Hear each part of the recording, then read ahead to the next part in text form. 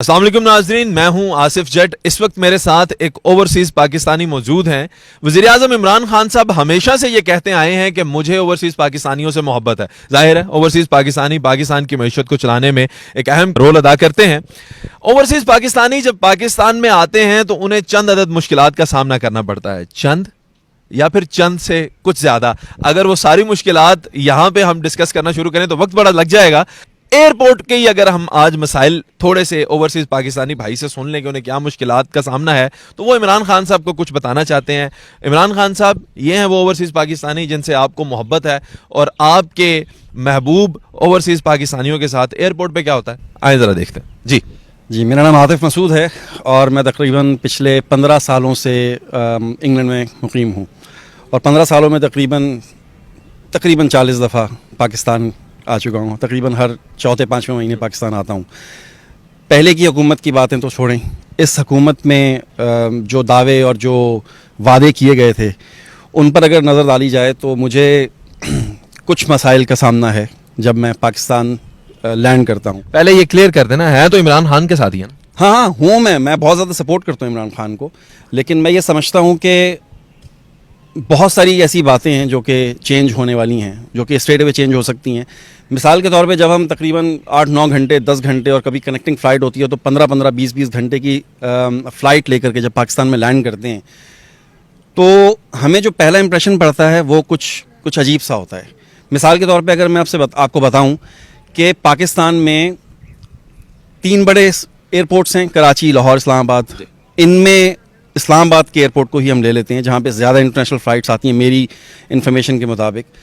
तो यहाँ पर जब हम लैंड करते हैं तो बड़े खुशी मोहब्बत में और उन्स में पाकिस्तान आते हैं। जैसे ही लैंड होते हैं और सबसे पहला फेस जो आपकी कंट्री का होता है वो आपका एयरपोर्ट होता है, और उसमें जो सबसे पहला फेस और पहला इंप्रेशन होता है वो आपके इमिग्रेशन ऑफिसर का होता है। और जो इमिग्रेशन ऑफिसर सुबह 6 बजे आप लैंड कर रहे हैं और जब आप उसके सामने जाते हैं और वो बेचारा आधी नींद में आपसे बात कर रहा होता है, उसी वक्त हम कहते हैं कि यार ये हम कहाँ गए।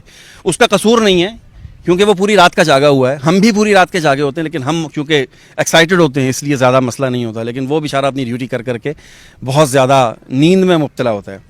और फिर वो एक अजीब किस्म की उसकी एक टोन होती है, उसमें वो बात कर रहे होते हैं।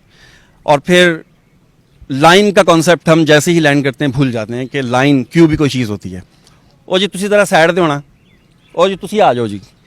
मतलब आते ही ऐसा लगता है कि वो मछली बाज़ार में आ गए हम। वो एक बंदा आता है, पीछे से उसने कोई यूनिफॉर्म पहना होता है, वो पता नहीं कौन होता है, वो कहता है जी आप साइड पे हो जाएं और इनको ज़रा ले लें। वो मुझे नहीं पता वो क्या है, और वो उनको ले लिया जाता है और उनको क्लियर कर दिया जाता है। और फिर वो जिस तरह का बिहेव वहाँ होता है वो बात समझ में नहीं आती है। उसके बाद फिर जब आगे जाते हैं आप, फिर वो बेल्ट पे अपना सामान लेते हैं। फिर जब थोड़ा सा आगे जाते हैं तो वो कहते हैं हाँ जी विच की है। अब उनको बताना पड़ता है कि बीच में क्या है। अब बीच में ऐसे बहुत सारे मामलात हैं जो अगर मैं डिस्कस करूं तो वो मुनासिब नहीं रहेंगे, लेकिन अगर उनको कुछ थोड़ी सी ऑफ़र कर दी जाए, ये अभी तक हो रहा है जो कि अब नहीं होना चाहिए। मुझे लगता है ऐसा था कि अब ये रिश्वत वाला चक्कर ख़त्म हो गया है। आपको वो इतना मजबूर कर देने की कोशिश करते हैं कि आप खुद से कहेंगे यार ये आप मेरे से लें तो मुझे जाने दें, मेरा बैग मत खुलवाएं यार, मैं 20 घंटे की फ़्लाइट लेकर के आ रहा हूँ, मेरा बैग मत खुलवाएं। आपने स्कैन कर तो जाहिर है जब बोर्डिंग हुई है तो स्कैन कर तो लिया है यार, अब इसके अंदर क्या निकालना है आपने। मिसाल के तौर पर मैं काफ़ी पुरानी बात बता रहा हूँ, 2-3 साल पुरानी बात बता रहा हूँ। मैं वहाँ से ऑलिव ऑयल की एक बोतल लेकर आया था। उन्होंने मुझे साइड पे बुला के बोला बोतलें ने बिच। मैं क्या हाँ होंगी बोतलें, साइड दे आ जाओ। की करना है भाई, क्या करना है, मतलब ऑलिव ऑयल है यार, क्या करना है। अच्छा ऑलिव ऑयल है, अच्छा फिर ठीक है जाओ। तो मतलब प्रेशर डालने की थोड़ी सी कोशिश की जाती है कि शायद उसको कुछ पता नहीं है और हम कुछ निकलवा सकते हैं। तो मेरी ये गुजारिश ये है ख़ास तौर पे इंतज़ामिया से कि हमारा जो इमिग्रेशन ऑफिसर है और वहाँ का जो एयरपोर्ट का अमला है उनको खुश मिजाज होना चाहिए और कम से कम हंस के बात करनी चाहिए। ये तो आमद का आपने बताया, रवानगी का बताया ना। ओफ, इस पे तो कान पे हाथ लगाने पड़ेंगे आपको। मैं लगा लेता हूँ, अब आप बताएं। मेरे साथ ये एक्सपीरियंस अभी नहीं हुआ, लेकिन ये एक्सपीरियंस अभी पिछले 2 दिन पहले मेरे कज़न के साथ हुआ है। यहाँ से गए, यहाँ से जा रहे हैं। आपके साथ होने ही वाला है, कब जा रहे हैं? मैं कल जा रहा हूँ, तो मेरे साथ भी मुझे उम्मीद है कि होने वाला है। और अगर मेरे साथ ऐसा हो गया तो मुझे लगता है कि मैं बहुत ज़्यादा गुस्से में आ जाऊँगा। मैंने ये सुना है ऐसा, और ये हकीकतन सुना है कि यहाँ से जब आप जा रहे हो तो सारे कोरोना का दौर चल रहा है, तो यहाँ से आपको PCR टेस्ट करवा के जाना होता है। तो जब आप PCR टेस्ट करवा के जाएंगे यहाँ से 48 घंटे पहले या 72 घंटे पहले, अब जब आप एयरपोर्ट पे पहुंच रहे हैं तो एयरपोर्ट पे पहुंचने के बाद आपसे कहा जा रहा है कि वो उधर लाइन में लग जाएं, वो पता नहीं 500 बंदों की लाइन है, क्यों लग जाएं भाई, पीसीआर टेस्ट कराना। नहीं मेरे पास है भाई, पीसीआर टेस्ट करवा के आया हूँ। नहीं ऐसे एक और होगा। अच्छा ठीक है जनाब, एक और जाके जब वहाँ पता चलता है कि जो 5000 या 6000 या जितना भी है वो अलग से लेना है, और वहाँ भरमार लगी हुई लाइन हो, क्योंकि किसी को पता ही नहीं है कि आपने दोबारा से पीसीआर टेस्ट करवाना है। आप भाई अभी अगर इस दौरान आपकी फ्लाइट मिस हो जाए, वो कोई मसला नहीं है, फ्लाइट बेहिसी का आलम है, किसी की फ्लाइट मिस होती है हो, किसी के लिए मुश्किलात बनती हैं बने।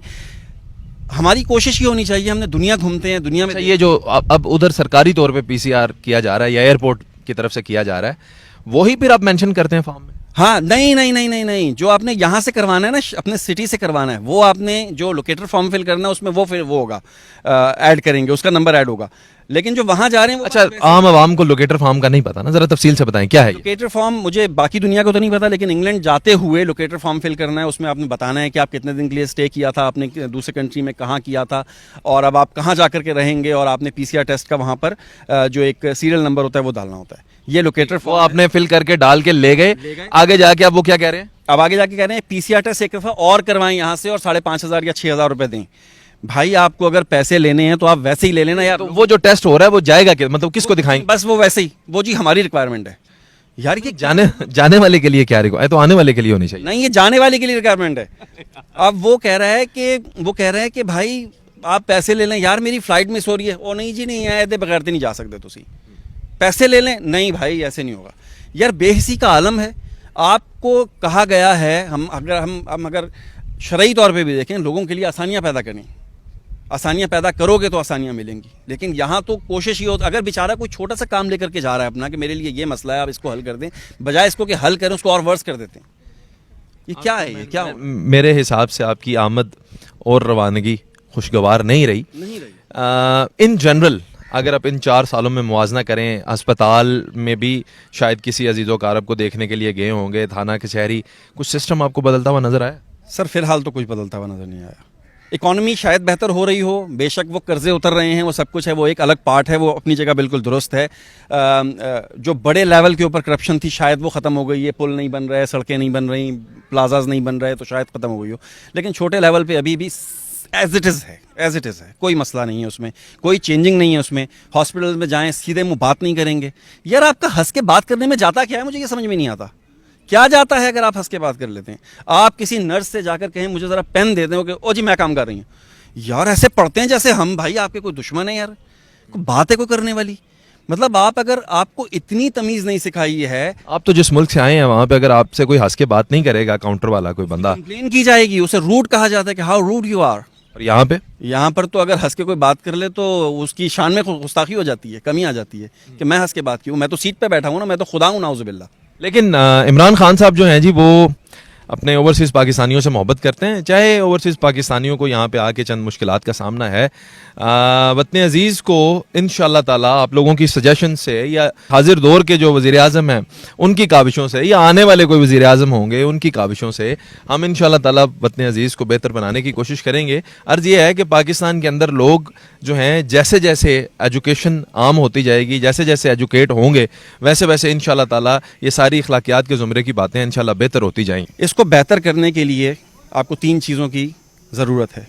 मैं ये समझता हूँ कि जिस मुल्क में तालीम, सेहत और कानून बिकता हो या ख़रीदा जाता हो, वो मुल्क कभी तरक्की नहीं कर सकता। अरे वाह, ये तो आपने खूब कहा।